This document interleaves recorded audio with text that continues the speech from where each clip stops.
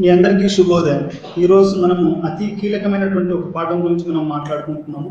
అదేంటి అంటే సిద్ధాంతాలు మరియు పరిశోధన.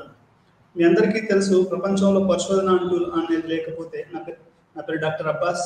ఈరోజు మనము కొత్త కొత్త పాఠము, కొత్త పుస్తకంతో మనం ఈరోజు మన పాఠాన్ని మనం మొదలు పెడదాం. అది సిద్ధాంతాలు, పరిశోధన అనేది ఏంటి అనేది ఈరోజు మనం పాఠంలో తెలుసుకుందాం.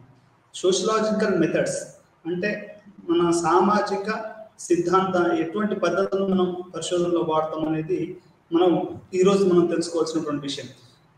మీ అందరికీ తెలుసు, పరిశోధన అంటూ లేకపోతే ఈరోజు ప్రపంచం అనేది అసలు ముందుకు సాగదు. ఎందుకంటే ఇప్పుడు మనం వాడుతున్నటువంటి ఎలక్ట్రిసిటీ కానివ్వండి, లేకపోతే మనం వాడుతున్న వాచ్లు కానివ్వండి, మొబైల్స్ కానివ్వండి, మోటార్స్ కానివ్వండి, ఇంకేదైనా కానీ పరిశోధన ఫలితాలు. ఈ పరిశోధన అనేది లేకపోతే అసలు ప్రపంచం అనేది ఒక్క అడుగు కూడా ముందుకు వేయదు. అసలు పరిశోధన అనేది సమాజానికి ఒక చోదక శక్తి లాంటిది. ఈ చోదక శక్తి లేకపోతే, పరిశోధన అనేది ఒక చోదక శక్తి లాంటిది. ఈ చోదక శక్తి లేకపోతే అసలు ఈ సమాజం అనేది ముందుకు సాగడం అనేది చాలా అసంభవం. మనకు మధ్య యుగాలలో అయితే ఇనుము వాటి కనుక్కోవడం ద్వారా అది మధ్య యుగాలలో వ్యవసాయం స్థిరపడము, ఆ తర్వాత అది ఒక రకమైనటువంటి డెవలప్మెంట్కి దారితీసింది. అదేవిధంగా స్టీమ్ ఇంజన్ కనుక్కోవడం ద్వారా మధ్య యుగాలు మొత్తం పోయి ఆధునిక యుగం వచ్చింది.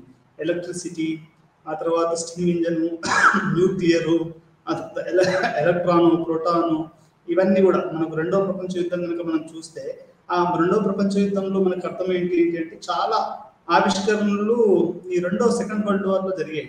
అంటే ఏదైనా కానీ, అది సైన్స్ అయినా కానివ్వండి, లేకుంటే సోషల్ సైన్స్ అయినా కానివ్వండి, హ్యుమానిటీస్ అయినా కానివ్వండి, ఇంకేదైనా కానివ్వండి, పరిశోధనకు ఏంటి అంటే సిద్ధాంతాలు అనేటివి ఉంటాయి. సిద్ధాంతం అనేది లేకుండా పరిశోధన అనేది ఉండదు. ఇప్పుడు మనం ఏ పరిశోధన వాళ్ళు తత్వవేత్తలు వాళ్ళు చేసినటువంటి సిద్ధాంతాలు ఉంటారు. ఇప్పుడు కార్ల్ మార్క్స్ కానివ్వండి, మ్యాక్స్ వెబర్ కానివ్వండి, ఎమిల్ డర్ఖైమ్ కానివ్వండి, స్పెన్సర్ కానివ్వండి, జార్జ్ సిమెల్ కానివ్వండి, లేకపోతే రకరకాల వాళ్ళ యొక్క సిద్ధాంతాలు చెప్పారు. అంటే ఆధునిక యుగం ఎట్లా ఉంటుంది, ఈ యొక్క 20వ శతాబ్దం ఎట్లా ఉంటుంది అనేది వాళ్ళు సిద్ధాంతాలు చెప్పారు. అంటే ఇక్కడ సిద్ధాంతానికి పరిశోధన అనేది ఈ రెండు కూడా చాలా చాలా ముఖ్యమైనటువంటి విషయాలు. ఈ రెండు విషయాలు మనము ఎట్లా అర్థం చేసుకోవాలంటే ఒకదానికి ఒకటి సంబంధం ఉంది. అంటే సిద్ధాంతం లేకుండా పరిశోధన ఉండదు, పరిశోధన లేకుండా సిద్ధాంతం ఉండదు. అసలు మనం ఈ రోజు పాఠంలో ఏం తెలుసుకుంటామంటే సిద్ధాంతం యొక్క వివరణాత్మక వివరణ. అంటే సిద్ధాంతం అంటే ఏంటి, అసలు దాంట్లో ఏమేమి లక్షణాలు ఉంటాయి అనేది మనం మొదటగా తెలుసుకుంటాం.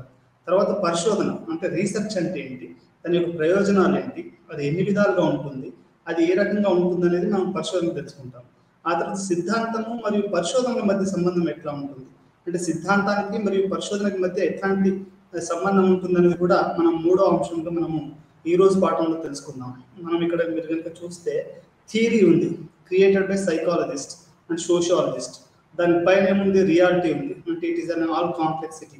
కింద ఏముంది, అప్లికేషన్స్ ఉన్నాయి, అంటే రికమెండేషన్స్ కానీ, how to support enhance motivation, emotion in applied settings. కింద ఏముంది, డాటా ఉంది. ఆ తర్వాత హైపోథెసిస్ ఉంది, as derived from the theory. అంటే ఒక సిద్ధాంతం ఉంటుంది, ఆ సిద్ధాంతానికి ఇవన్నీ కూడా రకరకాలైనటువంటి కోణాలు అని మనం చెప్పుకోవచ్చు. ఈ రకంగా సిద్ధాంతాలు మరియు పరిశోధన అనేది చాలా చాలా ముఖ్యం. మీరందరికీ తెలుసు, ప్రపంచ ప్రఖ్యాత శాస్త్రవేత్త అయినటువంటి ఐన్స్టీన్ థియరీ ఆఫ్ రిలేటివిటీ కనుక్కున్నాడు. ఇప్పుడున్నటువంటి న్యూక్లియర్ బాంబులు కానీ ఇంకేదైనా కానీ ఆ థియరీ ఆఫ్ రిలేటివిటీ మీదనే ఆధారపడి ఉంటుంది. అంటే టైము, ఆ తర్వాత వేగము, వీటిని బట్టే ఎట్లా ఉంటుంది అనేది థియరీ ఆఫ్ రిలేటివిటీ అనేది చెప్తా ఉంటుంది మనకి. అదేవిధంగా కార్ల్ మార్క్స్ వర్గ సిద్ధాంతాన్ని చెప్పాడు. అదేవిధంగా నాకు మ్యాక్స్ వెబర్ మధ్యతరగతి సిద్ధాంతాన్ని చెప్పాడు. ఇంకొక సిద్ధాంతం, అదే టార్గెట్ పర్సన్ అనుకోండి, సోషల్ సిస్టమ్ థియరీ చెప్పాడు. థియరీ అనేది ముఖ్యం అన్నట్టు. అంటే థియరీ, సిద్ధాంతం అనేది లేకుంటే మనం అర్థం చేసుకోవడం అనేది పరిశోధన అంటే పరిశోధన మీద అది ఏదైనా మీరు పరిశోధన చేయండి, దానికి ఏదో ఒక సిద్ధాంతానికి సంబంధం ఉంటుంది. ఈ సిద్ధాంతాలకి మరియు పరిశోధనలకి ఈ రెండింటికి కూడా చాలా దగ్గర సంబంధం ఉంటుంది అనేది మనం ఈరోజు పాఠంలో అర్థం చేసుకోవాల్సిన విషయం. ఇప్పుడు చాలామంది అంటుంటారు, మీరు సమాజంలో చూసే ఉంటారు, సిద్ధాంతాలు వల్లించకరా, ప్రాక్టికల్గా చెయ్యి అని. అంటే నువ్వు ఊరికే థియరీ మాట్లాడబాకు, ప్రాక్టికల్గా ఉండు అని చెప్తారు. అంటే దాని అర్థం ఏంటండి, ఒక్క థియరీ ఉంటే అది పనికిరాదు, ఒక్క ప్రాక్టికల్గా ఉంటే కూడా అది పనికిరాదు. ఈ రెండింటిని కూడా మనం సమపాలనలో కలపగలిగితే అది అప్పుడు మనకు నిజమైనటువంటి రిజల్ట్స్ వస్తాయని మనం అర్థం చేసుకోవాల్సినటువంటి విషయం. అంటే అటు సిద్ధాంతాలని ఇటు పరిశోధనని రెండింటిని కూడా మనము సమపాలనలో కలిగినప్పుడే మనకు నిజమైనటువంటి రిజల్ట్స్ వస్తాయి. కొంతమంది ఏం చేస్తారు అంటే ప్రాక్టికల్ చేస్తూనే పోతూ ఉంటారు, కానీ సిద్ధాంతాలు సరిగ్గా చదవరు. ఫస్ట్ మీరు ఇప్పుడు గుర్తుపెట్టుకోండి, అది సోషల్ సైన్స్ అయినా, హ్యుమానిటీస్ అయినా, సైన్సెస్ అయినా, ఏదైనా కానీ ఫస్ట్ సిద్ధాంతం వస్తుంది. సిద్ధాంతం వచ్చిన తర్వాతనే నీకు పరిశోధన వస్తుంది. అంతేగాని పరిశోధన వచ్చిన తర్వాత సిద్ధాంతాలు అనేటివి రావు. అంటే కొత్త సిద్ధాంతానికి కొంచెం మార్పులు రావచ్చు, కానీ సిద్ధాంతం అనేది ఏదైనా ఏ పరిశోధన తీసుకున్నా సిద్ధాంతం అనేది మొట్టమొదటిసారిగా మనం చెప్పుకోవచ్చు. అది రీసెర్చ్ మెథడాలజీ, సోషలాజికల్ మెథడాలజీ అనేది మనం ఈ రకంగా మనం అర్థం చేసుకోవాలి. సిద్ధాంతం యొక్క వివరణాత్మక వివరణ అంటే సిద్ధాంతాన్ని మనం కూలంకషంగా దీంట్లో అర్థం చేసుకోవాల్సిన విషయం ఉంది. అదేవిధంగా పరిశోధనలో ప్రయోజనం అంటే ఈ పరిశోధన వల్ల ఎటువంటి ప్రయోజనాలు ఉన్నాయి, అసలు పరిశోధన అనేది ఎన్ని రకాలుగా ఉంటుంది అనేది కూడా మనం ఈ పాఠంలో తెలుసుకుంటాం. సిద్ధాంతం మరియు పరిశోధన మధ్య సంబంధం, ఈ రెండింటి మధ్య సంబంధం ఏంటో కూడా మనం ఈ రోజు పాఠంలో తెలుసుకుంటాం. అంటే సిద్ధాంతాలు మరియు పరిశోధనలు అనేటివి ఇప్పుడు ప్రపంచీకరణలో ఏమవుతుంది అంటే మీ అందరికీ తెలుసు, రోజు రోజుకి మానవ అవసరాలు పెరుగుతున్నాయి. ఈ రోజు వచ్చిన ఒక ఐఫోన్ ఉందనుకోండి, ఒక ఐఫోన్ ఈ రోజు వచ్చిన అప్లికేషన్ ఇంకొక రోజు కొత్త మార్కెట్లో వచ్చింది, ఇంకొక వేరే అప్లికేషన్ వస్తుంది. అట్లా అంటే దాంట్లో ఎంతో రీసెర్చ్ జరుగుతుంది. రోజు రోజుకి ఆండ్రాయిడ్ ఫోన్లో మీకు ఎన్నో అప్లికేషన్స్ వస్తున్నాయి. అంటే దాంట్లో ఏంటి, పరిశోధనలు ఎక్కువగా జరుగుతున్నాయి. మీరు ఇంకొక ఉదాహరణ చెప్తాను మీకు. బయోటెక్నాలజీ తీసుకున్నాను అనుకోండి, బయోటెక్నాలజీలో ఎక్కువగా పరిశోధనలు జరుగుతున్నాయి. ఎందుకంటే మీకు బయోమెడిసిన్, బయోటెక్నాలజీ వీటిలలో ఎక్కువగా పరిశోధనలు జరుగుతున్నాయి. జీవ సంబంధానికి సంబంధించినవి ఎక్కువగా పరిశోధనలు జరుగుతున్నాయి. మీరు అవతార్ గంట సినిమా చూస్తే దాంట్లో మీకు ఎక్కువగా ఈ జీవ పరిణామం గురించి, జీవుల గురించి ఎక్కువగా పరిశోధన చేసినట్టు మనకు అవపడుతుంది. మీరు కనుక అమెజాన్ అడవులను కనుక చూస్తే, అమెజాన్ అడవులు అనేవి ప్రపంచానికి లంగ్స్ లాంటివి. అంటే అవి 20% ఆక్సిజన్ని ప్రపంచానికి అందిస్తాయి. దాంట్లో కూడా చాలా పరిశోధనలు జరుగుతూ ఉంటాయి. ఎన్నో రకాలైనటువంటి మన మొక్కలు, వృక్షాలు ఇవన్నీ కూడా మనకు దాంట్లో ఉంటాయి. అంటే ఇక్కడ నేను చెప్పదలుచుకున్న పాయింట్ ఏంటి అంటే పరిశోధన అనేది చాలా చాలా ముఖ్యము. దానికి థియరీ అనేది కూడా చాలా చాలా ముఖ్యం అనేది మనకు ఇక్కడ అర్థం చేసుకోవాల్సిన అవసరం ఉంది. 20వ శతాబ్దంలో మనం ఒక మాట చెప్పాలి అంటే గత 200 సంవత్సరాలలో అంటే 2021 లేదంటే 1920 శతాబ్దంలో జరిగినంత వైద్య సాంకేతిక అభివృద్ధి గత మొత్తం మానవాళికి సమానంగా 200 సంవత్సరాలలో ఈ పరిశోధన డెవలప్ అయిందనేది మనకు అర్థమవుతుంది. అంటే దీన్ని ఎందుకు మనం చెప్పుకోవాల్సి ఉంటుంది అంటే రోజు రోజుకి పరిశోధన దాని యొక్క ఇంపార్టెన్స్ పెరుగుతూ ఉంది. మీకు మరొక ఉదాహరణ చెప్పి మనం ముందుకెళ్దాం.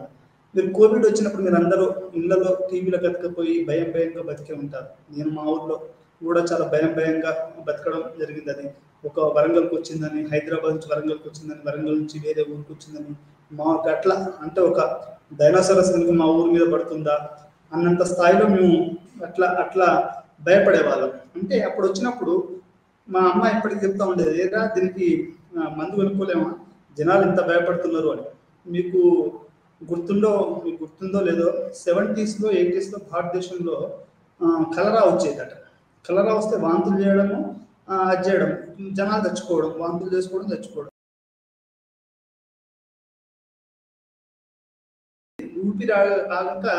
ఊపిరి ఆడక చాలా మంది చచ్చిపోయారు. చాలా వరకు అసలు కోవిషీల్డ్, కోవాక్సిన్ వచ్చేంత వరకు దీనికి అసలు ఎవరు దీన్ని ఎంతమంది ప్రయత్నం చేశారు, అసలు కొన్ని వేల మంది సైంటిస్టులు పరిశోధన చేసి మనకు మానవాళి ఇప్పుడు ఎన్ని కోట్ల మంది చచ్చిపోయారండి. మా అమ్మ కూడా చనిపోయింది, అంటే కోవిడ్తో కాదు కానీ ఆ ప్రాసెస్లో ఆవిడ చనిపోయింది. అంటే దాని అర్థం ఏంటి, ఈ యొక్క కోవిడ్ అనేది ఎంత భయానకమైనటువంటి అది డిసీజు, దాన్ని కంట్రోల్ చేయడము, దానికి మందు కనిపెట్టడం అనేది సైంటిస్టుల మీదనే, అది ప్రొఫెసర్లే కానివ్వండి, పిహెచ్డి స్కాలర్సే కానివ్వండి, టీచర్స్ యూనివర్సిటీలో పనిచేసే వాళ్ళు కానివ్వండి, అట్లా దానికి పరిశోధన చేసి ఏదైతే వ్యాక్సిన్ కనుక్కోవడం అనేది జరిగింది. కోవిషీల్డ్ అని, కోవాక్సిన్ అని ప్రపంచంలో చాలా మంది చాలా రకాలుగా దానికి వ్యాక్సిన్ కనుక్కోవడం అనేది జరిగింది. అంటే ఇక్కడ అర్థం ఏంటి అంటే బయోటెక్నాలజీలో జరిగే పరిశోధన సిద్ధాంతాలు, పరిశోధనలు, మానవాళికి ఉపయోగపడే సిద్ధాంతాలు, అదే మానవ విలువలకు సంబంధించినటువంటి సిద్ధాంతాలు. మానవ విలువలకు సంబంధించిన సిద్ధాంతాలు కూడా చాలా ఉన్నాయి. మానవతావాదం అని, అంటే నువ్వు మనిషివే, పక్కన వాడు మనిషివే, లీవ్ లెట్ లీవ్ అని, కమ్యూనిస్ట్ సిద్ధాంతం అని, అంటే నీవు పక్కనోడు కూడా ఆర్థికంగా ఒకే రకంగా ఉండాలని, స్త్రీ సమానత్వం, స్త్రీవాదం అని అదొక సిద్ధాంతము. అంటే ఆడవాళ్ళు మగవాళ్ళు ఒకటేనండి, స్త్రీని తరతరాలుగా మనం ఎటువంటి భావం లేకుండా అణచిపెట్టకుండా ఉండాలనేది అదొక సిద్ధాంతము.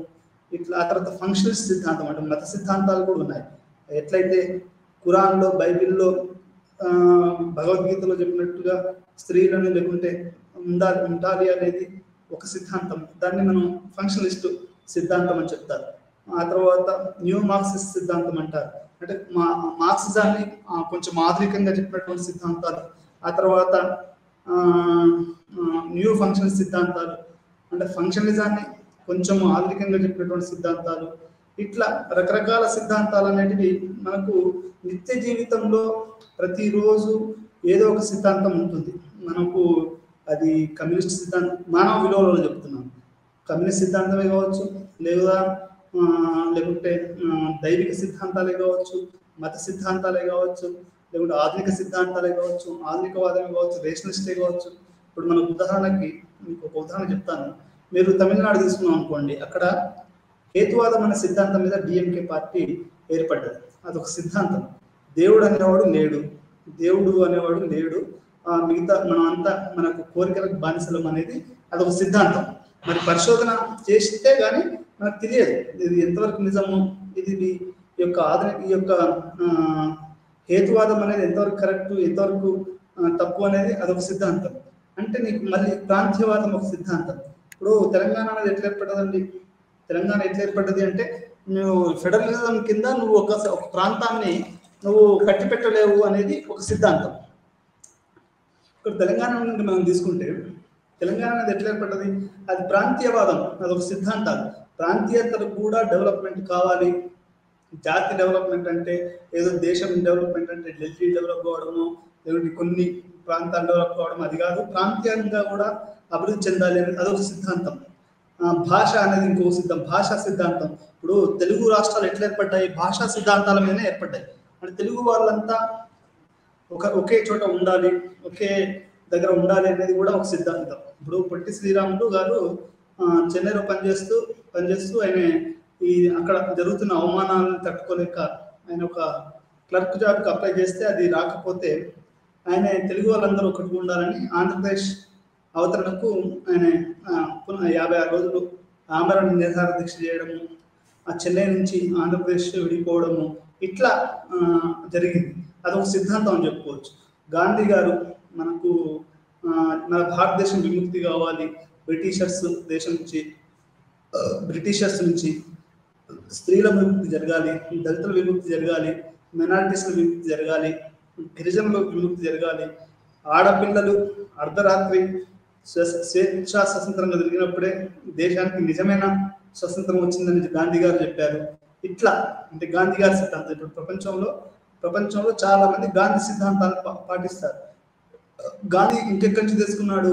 బుద్ధు నుంచి తెచ్చుకున్నాడు. బుద్ధుడు గాంచి మొదలు పెట్టుకుంటే చార్వాకులు, బుద్ధుడు, ఆ తర్వాత గాంధీ. అహింసా సిద్ధాంతం, వాడు ఒక చెంప కొడితే ఇంకో చెంపను చూపించాలనేది అదొక సిద్ధాంతం.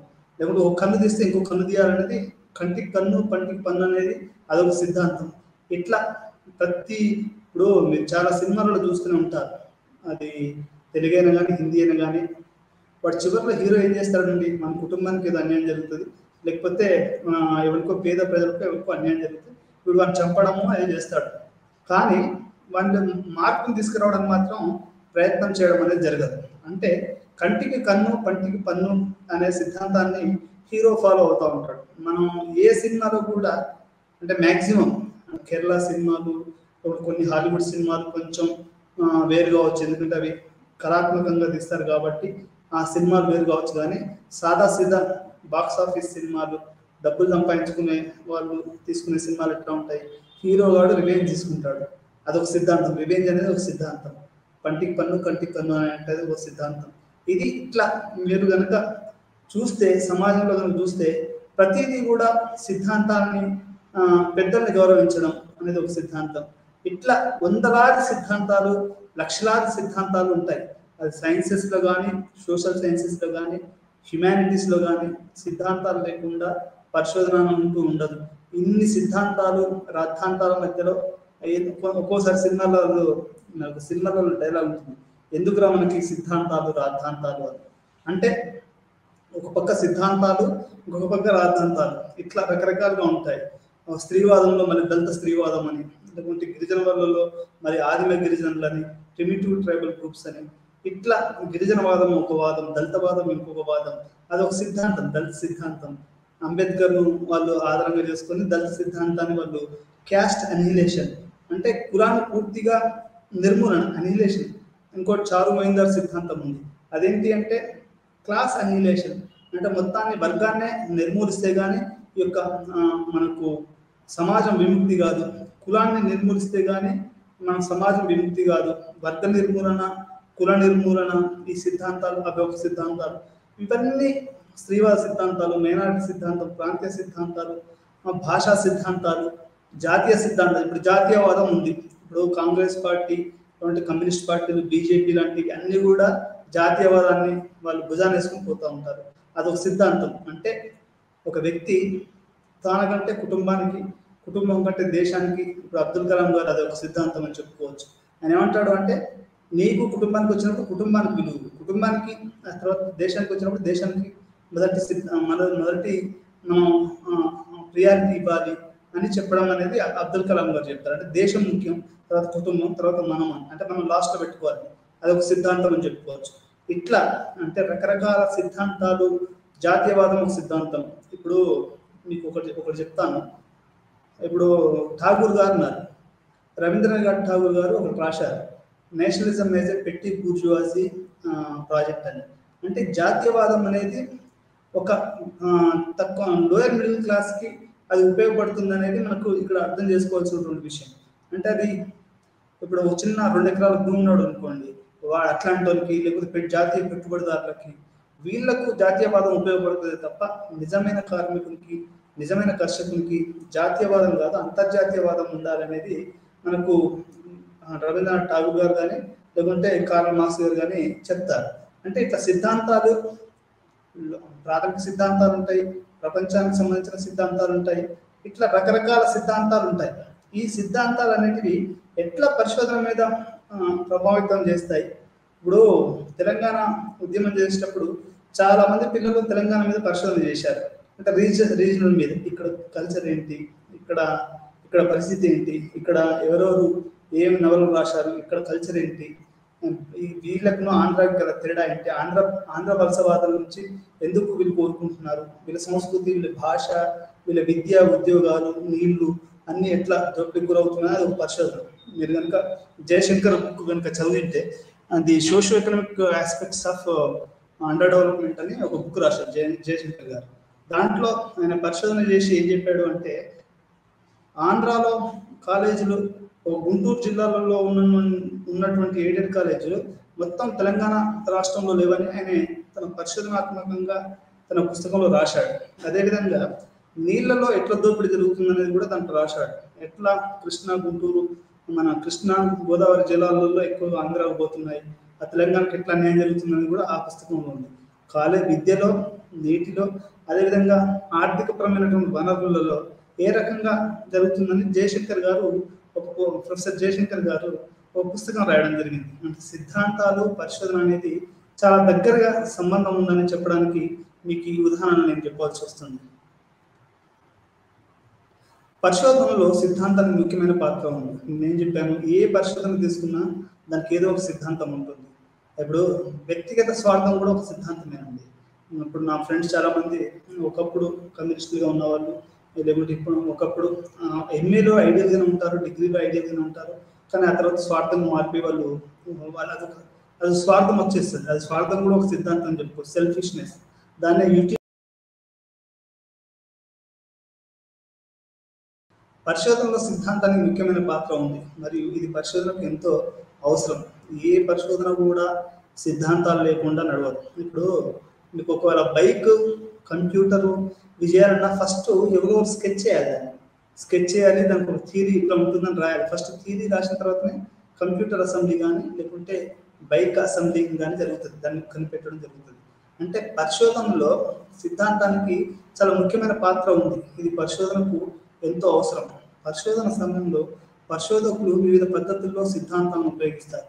అంటే రకరకాల పద్ధతుల్లో రకరకాల సిద్ధాంతాలను వీళ్ళు పరిశోధనకు ఉపయోగిస్తారు.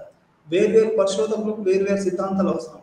అంటే ఒక్కొక్క పరిశోధకునికి ఒక్కొక్క సిద్ధాంతము అవసరం పడతాయి. ఇప్పుడు హైదరాబాద్ సెంట్రల్ యూనివర్సిటీలో రీసెర్చ్ చేసిన ఎక్కువ మంది ఆడపిల్లలు, సోషాలజీలో రీసెర్చ్ చేసినటువంటి ఎక్కువ మంది ఆడపిల్లలు వాళ్ళు ఫూకోడియన్ కాన్సెప్ట్ అంటే ఫూకో సిద్ధాంతాన్ని నమ్మారు.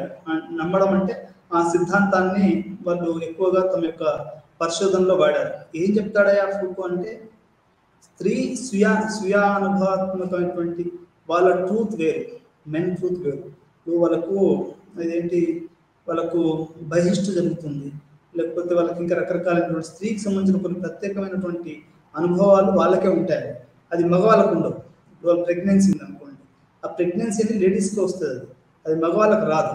అంటే ఇట్లా స్త్రీ యొక్క అనుభవము ఏమంటే ఆ వాస్తవాలు వేరు, దాని నుంచి ఇవి వాస్తవాలు వస్తాయి అనేది ఈ యొక్క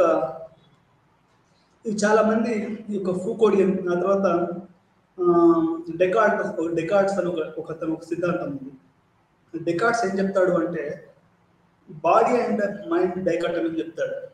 మైండ్ అంటే ఏంటంటే మనం సృష్టించుకున్నది. బాడీ అనేది ఇప్పుడు మైండ్ వైజ్గా అందరూ ఈక్వలే, కానీ బాడీ వైజ్ మనం డిఫరెంట్ కావచ్చు. ఇప్పుడు మా ఆడవాళ్ళకి మగవాళ్ళకి బాడీలో డిఫరెన్స్ ఉంటుంది, కానీ మైండ్ మాత్రం ఒకటే కదా. అంటే దెర్ ఇస్ నో, మన మైండ్ వైజ్గా అందరూ ఒకటే, కానీ బాడీలో డిఫరెన్స్ ఉంది అనేది ఈ యొక్క డెకార్ట్స్ అనే అతను శాస్త్రవేత్త చెప్తాడు. అంటే ఇక్కడ నేను చెప్పదలుచుకున్న విషయం ఏంటంటే, చాలామంది సామాజిక శాస్త్రవేత్తరాళ్ళు వాళ్ళు ఎక్కువగా డెకార్ట్స్ను ఫూకోని వాళ్ళు తమ యొక్క పరిశోధనలలో ఆ సిద్ధాంతాన్ని వాళ్ళు ఉపయోగించడం జరిగింది. దీనికి గల కారణం ఏంటంటే వాళ్ళు ఉపయోగించలేదు. ఎందుకంటే కార్ల్ మార్క్స్ ఒక ఆర్థికపరమైనటువంటి సమానత్వం గురించి మాట్లాడాడు ఆయన, కానీ ఆయన స్వయాత్మకమైన ధోరణి, లేకుంటే ఒక లేడీకి వాళ్ళకంటూ కొన్ని ప్రత్యేకమైనటువంటి విషయాలు ఉంటాయి అనే విషయాన్ని ఆయన మాట్లాడలేదు. కాబట్టి వాళ్ళు ఫూకో, డెకార్ట్ వీళ్ళ గురించి ఎక్కువగా వాళ్ళు ఆ సిద్ధాంతాలను వాడారు. అంటే ఇక్కడ నేను చెప్పాల్సిన పాయింట్ ఏంటంటే, ప్రతి పరిశోధనకి ఒక సిద్ధాంతం అంటూ ఉంటుంది. ఈ సిద్ధాంతం అనేది లేకుండా పరిశోధన అనేది ముందుకు సాగదు. ఇప్పుడు నేనున్నాను అనుకోండి, నేను నా పిహెచ్డి చేస్తూ ఉంటే నేను ఓల్డ్ సిటీ మీద రీసెర్చ్ చేశాను. దాంట్లో మల్టిపుల్ ముస్లిం ఐడెంటిటీస్ అని చెప్పాను. దాంట్లో 4 రకాల సిద్ధాంతాలు, 4 రకాలైనటువంటి థీరీస్ ఉన్నాయి. ఒక కంపోజిట్ అప్రోచ్, కాన్ఫ్లిక్ట్ అప్రోచ్,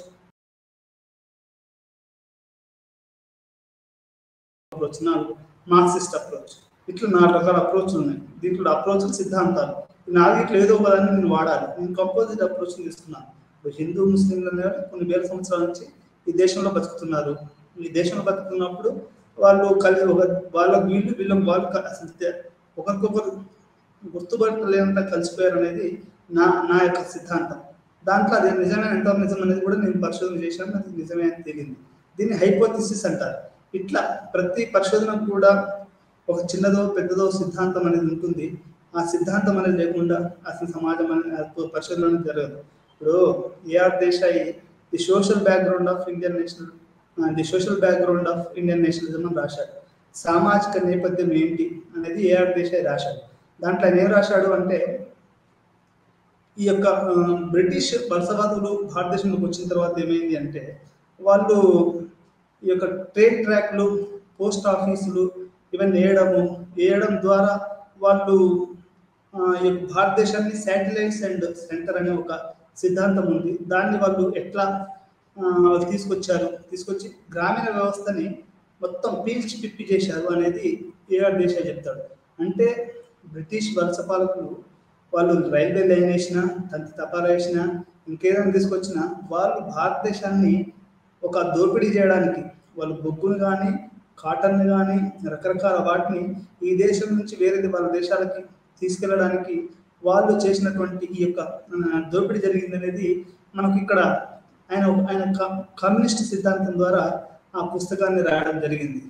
అట్లా అంటే ఇక్కడ నేను ఎందుకు చెప్పాను ఇదంతా అంటే ప్రతి పరిశోధన కూడా ఒక సిద్ధాంతం ఉంటుంది అనేది మనం అర్థం చేసుకోవాలి. ఇప్పుడు భారతదేశానికి స్వతంత్రం, భగత్ సింగ్ ఒక సిద్ధాంతం, మన బోస్ ఒక సిద్ధాంతం, గాంధీ గారు ఒక సిద్ధాంతం, మధ్యలో కొంతమంది ఇంకో సిద్ధాంతం, స్త్రీవాదులది ఇంకో సిద్ధాంతం, ఇట్లా ప్రతిదీ కూడా ఒక ఒక ఒక సిద్ధాంతాన్ని అది ఆధారపడి ఉంటుంది అనేది మనం అర్థం చేసుకోవచ్చు. కాంగ్రెస్ పార్టీకి ఓ సిద్ధాంతం, కమ్యూనిస్ట్ పార్టీకి ఓ సిద్ధాంతం, బీజేపీ పార్టీకి ఇంకో సిద్ధాంతం, ఇంకో పార్టీలకు ఇంకో సిద్ధాంతం, ఇట్లా ప్రాంతీయ పార్టీలు ఒక సిద్ధాంతాలు, ఇట్లా ప్రతి దానికి ఒక సిద్ధాంతము ఇవన్నీ ఉంటాయి. ఇది పరిశోధనకు చాలా మనకు పరిశోధన అనేది సిద్ధాంతాలు లేకుండా పనికిరాదు. ఏ పరిశోధనకు కూడా చిన్నదో పెద్దదో ఒక సిద్ధాంతం అనేది ఉంటుందనేది మనం ఇక్కడ అర్థం చేసుకోవాలి. వేరు వేరు పరిశోధనలకు వేరు వేరు సిద్ధాంతాలు అవసరం అయినప్పటికీ చాలా సామాజిక పరిశోధనలో కొన్ని సైద్ధాంతిక అండర్ పిన్నింగ్స్ ఎల్లప్పుడూ ఉంటాయి. సిద్ధాంతం యొక్క ప్రభావం వివరణాత్మక పరిశోధన కంటే వివరణాత్మకంగా మరియు లోతైనదిగా గుర్తించబడింది. సిద్ధాంతం మరియు పరిశోధన మధ్య సంబంధితంగా ఉంటుంది, ఎందుకంటే ఇంత చేపట్టిన పరిశోధన కోసం హేతుబద్ధత నిర్ణయిస్తుంది. ఇప్పటికే ఉన్న జ్ఞానాన్ని జోడించడం ద్వారా లేదా నిర్దిష్ట అంశంపై ఉన్న జ్ఞానాన్ని తప్పుగా మార్చడం ద్వారా, అన్వేషించడం ద్వారా, కొత్త జ్ఞానాన్ని ఉనికిలోకి తీసుకురావడం ద్వారా సైద్ధాంతిక జ్ఞానాన్ని అభివృద్ధి చేయడంలో పరిశోధన ముఖ్య పాత్ర వహిస్తుంది. ఒక సిద్ధాంతం ఉందనుకోండి, ఆ సిద్ధాంతంలో మనం కనుక పరిశోధన చేస్తే ఏమైంది అంటే ఆ సిద్ధాంతం కొంచెం కొనసాగింపు అయితే. ఇప్పుడు బుద్ధిజం ఉంది, బుద్ధిజము ఒకప్పుడు ఉన్న బుద్ధిజం లేదు, న్యూ బుద్ధిస్టులు అంటున్నారు. న్యూ బుద్ధిస్టులు అంటే మారుతున్న కాలానుగుణంగా మారడాన్ని బుద్ధిజం కూడా మారింది అనేది new Buddhism, new Marxism, new feminism, ఇవన్నీ కూడా అంటే మారుతున్న కాలానికి అనుగుణంగా ఇవన్నీ కూడా మారుతుంటాయి అనేది మనం ఇక్కడ అర్థం చేసుకోవాల్సినటువంటి విషయం. సైద్ధాంతిక అర్థం చేయడం పరిశోధన ముఖ్య పాత్ర పోషిస్తుంది. సిద్ధాంతం యొక్క అభివృద్ధి పరిశోధనపై ఆధారపడి ఉంటుంది మరియు పరిశోధన తర్వాత మార్గదర్శకాల వల్ల సిద్ధాంతాలపై ఆధారపడి ఉంటుంది. ఆ తర్వాత అంటే ఇట్లా పరిశోధన అనేది సిద్ధాంతాన్ని అది కొనసాగింపు చేసేటట్టుగా చేస్తుంది అనేది మనం ఇక్కడ అర్థం చేసుకోవాల్సినటువంటి విషయం. అసలు సిద్ధాంతం అంటే ఏంటి? అసలు సిద్ధాంతాలు అనేది ఏంటి? సామాజిక సిద్ధాంతం అనేది సామాజిక ప్రపంచాన్ని గురించి జ్ఞానాన్ని కుదించి మరియు నిర్వహించపరిచే పరస్పర అనుబంధ ఆలోచన వ్యవస్థగా నిర్వహించబడింది. న్యూమన్ అనే అతను ఏం నిర్వహించాడంటే పరస్పర అనుసంధానం గల ఆలోచనలు, అంటే ఒకదానికి సంబంధం ఉన్నటువంటి ఆలోచన యొక్క కుదించి చెప్పడమే అది మనకు సిద్ధాంతం అని చెప్పవచ్చు. మీకు ఒక ఉదాహరణ చెప్తాను. కార్ల్ మార్క్స్ ఏం చెప్తాడు అంటే ఈ యొక్క పెట్టుబడిదారి విధానంలో శ్రమ దోపిడీ ఎక్కువ కావడం వల్ల, పరాయీకరణ చెందడం వల్ల మనిషి ఏలియనేషన్కి గురవుతాడు అంటే పరాయీకరణ చెప్తాడు. ఎందుకంటే తాను వస్తువు ఉత్పత్తి చేసింది తనకు సంబంధించింది కాదు, తన జీతాలు కూడా తక్కువగా వస్తాయి. దీని అర్థం ఏంటి అంటే అది ఏలియనేషన్, పరాయీకరణ మరియు దోపిడీ, ఈ రెండు కూడా సర్ప్లస్ వాల్యూ, దోపిడీ, ఈ రెండు పదాలు కూడా దగ్గర సంబంధం ఉండి కుదించి సామాజిక వాస్తవాన్ని మనకు అందించాయి. దీన్ని మనం సిద్ధాంతం అంటారు. ఈ రకంగా ప్రతిదీ కూడా పరస్పర సంబంధాన్ని కలిగినటువంటి భావాలు అవి కుదించి కనుక చెప్పడం జరిగితే దాన్ని మనం సిద్ధాంతం చెప్పచ్చు. ప్రపంచం ఎలా పనిచేస్తుందని దాని గురించి మాట్లాడడానికి ప్రజలు ఎల్లప్పుడూ కొత్త సిద్ధాంతాన్ని సృష్టిస్తున్నారు. ప్రపంచం ఎలా పనిచేస్తుందనే దాని గురించి మాట్లాడడానికి ప్రజలు ఎల్లప్పుడూ కొత్త సిద్ధాంతం, అంటే ప్రపంచాన్ని అర్థం చేసుకోవడానికి ప్రజలు ఎప్పటికి కూడా కొత్త సిద్ధాంతాలను సృష్టిస్తున్నారు. మీ అందరికీ తెలుసో లేదో, మనకు జియోసెంట్రిక్ థియరీ, హీలియోసెంట్రిక్ థియరీ అని ఉంది. చర్చ్ 18వ శతాబ్దం వరకు నాకు గుర్తుండి గెలీలియో ఆ తర్వాత ఈ యొక్క హీలియోసెంట్రిక్ థియరీ తీసుకొచ్చేంత వరకు కూడా చర్చ్ ఏం నమ్మింది, భూమి అనేది మొత్తం యూనివర్స్కి అది సెంటర్ అని నమ్మింది. కానీ అది హీలియోసెంట్రిక్ అని, భూమి తన చుట్టూ తను తిరుగుతూ సూర్యుని చుట్టూ తిరుగుతుంది అనేది మనం అది తర్వాత తెలిసిందే. అంటే ఎల్లప్పుడూ కొత్త సిద్ధాంతాలు. ఇప్పుడు చంద్రుడు ఎట్లా ఉన్నాడు అనేది మనకి ఇంతకుముందు దేవుడిలాగా అట్లా కొలిచేవాడు. కానీ ఇప్పుడు చంద్రయాన్ పోయిన తర్వాత ఇప్పుడు ఏమవుతుంది, దాంట్లో ఉన్నటువంటి అక్కడ ఆక్సిజన్ ఉందని ఇంత పేపర్లు చూస్తున్నాను. అంటే ప్రతిదీ కూడా కొత్త తెలుసుకోవడానికి అసలు అక్కడ మనం మనుషులు బతకొచ్చా, బతికితే ఏ రకంగా బతకాలి, వ్యక్తులు స్పష్టం చెప్పకుండా లేదా వాటిని తేల్చేయకుండా ఉపయోగిస్తారు. అంటే యాక్చువల్ కొంతమంది ఏం చేస్తారంటే ఒక సిద్ధాంతాన్ని స్పష్టంగా వాళ్ళు చెప్పకుండానే దాన్ని వాడుతూ ఉంటారు. మార్క్సిజం అంటారు, పెట్టుబడిదారు విధానం. ఇప్పుడు కొంతమంది అదేంటో తెలియకుండా వాళ్ళు కొంతమంది మార్క్సిస్టు చెప్పి విన్నదేంటి అంటే వాళ్ళు వడ్డీ వ్యాపారాలు చేస్తూ ఉంటారు, శ్రమ దోపిడీ చేస్తూ ఉంటారు, కానీ వాళ్ళు మార్క్సిస్టు. వాళ్ళకి దాని మీద ఒక అవగాహన లేదు, ఆచరణ లేదు. అదేవిధంగా కొంతమంది మతత్వవాదులు ఒక పక్క మతం చెప్తారు, పక్క మతం అన్ని హింసిస్తారు. ఇట్లా ఈ రకంగా ఉంటుంది అన్నట్టు. కొంతమందికి ఈ యొక్క సిద్ధాంతాలు అనేవి సరైనటువంటి వాళ్ళు ఎక్కువగా నిర్వర్తించుకోరు అని చెప్పాడు. విద్య లేకపోవడం పేదరికానికి కారణమవుతుందని లేదా సాంప్రదాయిక నైతిక విలువల క్షీణత ఆధిక నేరాల రైటుకు అవుతుందని ఒక వ్యక్తి వాదించినప్పుడు సిద్ధాంతాలను వ్యక్తం చేస్తున్నారు. ఇప్పుడు మనకు సాంప్రదాయ విలువలు మట్టి కలిసిపోతున్నాయి అని చాలా మంది మాట్లాడుతూ ఉంటారు. దానివల్ల క్రైమ్ రేట్ పెరుగుతుంది, అంటే నేరాల సంఖ్య పెరుగుతుంది అనేది ఒక వాదన. ఇంకొక వాదన ఏంటి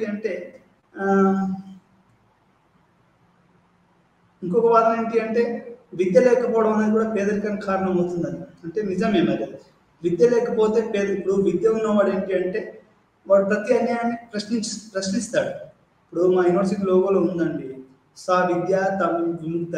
అంటే విద్య అనేది పేదరికాన్ని దూరం చేయడమే కాదు, అది మనిషి జీవితానికి విముక్తి కూడా అది ఇస్తుంది అనేది మనం ఇక్కడ అర్థం చేసుకోవాల్సినటువంటి విషయం. ఈ రకంగా విద్య లేకపోవడం అనేది పేదరికానికి కారణం. అది నిజమే. ఎట్లా అంటే నిజమే నేను చెప్పడం కాదు, దాంట్లో ఛాన్సెస్ ఉన్నాయి.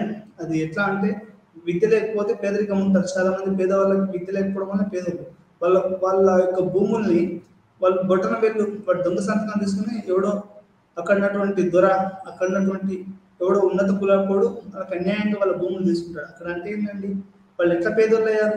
వాళ్ళ యొక్క భూముల్ని వాళ్ళకి తెలియకుండా వేరేవాడు కబ్జా చేశాడు. అంటే ఇక్కడ విద్య లేకపోవడం వల్లనే పేదరికం వచ్చిందనేది కదా అర్థం. అంటే అది ఆ సిద్ధాంతం కరెక్టే కదా. అంటే ఇట్లా సామాన్యులలో కొన్ని సిద్ధాంతాలు ఉంటాయి. సామాన్యుల సిద్ధాంతంతో పోల్చినప్పుడు సామాజిక సిద్ధాంతాలు సంక్లిష్టంగా ఉంటాయి. అంటే ఇప్పుడు సామాన్యులకు సిద్ధాంతాలు ఉంటాయి, మనకు సామాజిక శాస్త్రంలో కూడా సిద్ధాంతాలు ఉంటాయి. కానీ ఆ సిద్ధాంతాలకు ఈ సిద్ధాంతాలకు కొంచెం తేడా ఉంది. ఎందుకంటే మనకు మెథడాలజీ అని ఉంటుంది. ఇప్పుడు సామాజిక శాస్త్రంలో మెథడాలజీ ఉంటుంది. అది అవునా కాదా అని మనం క్వశ్చన్లు పెట్టి మనం టెస్ట్ చేస్తూ ఉంటాం. సామాన్యుడు అట్లా చేయకపోవచ్చు. ఒక సిద్ధాంతం సాధారణంగా ఊహాగానాలు పరికల్పన కథ గందరగోళంగా చెప్తుంది మరియు అది నిరూపించే వరకు ఊహాగానాలు పరికల్పనగా మిగిలిపోతుంది. రుజువు చేసిన ఒక సిద్ధాంతం వాస్తవం అవుతుంది. అంటే ఏదైనా ఒక సిద్ధాంతం అది వాస్తవ రూపం తరగకపోతే అది ఒక ఊహాత్మకమైనటువంటిగానే ఉంటుంది. ఇప్పుడు మార్క్సిజం గురించి చెప్తామండి. మార్క్సిజం నిజమైన ఎప్పుడు నమ్మారు అంటే రష్యాలో కూడా కమ్యూనిస్ట్ ప్రభుత్వం రావడం, చైనాలో కమ్యూనిస్ట్ ప్రభుత్వం రావడం, కేరళలో రావడం, త్రిపురలో రావడం. అంటే కమ్యూనిస్ట్ సిద్ధాంతం అనేది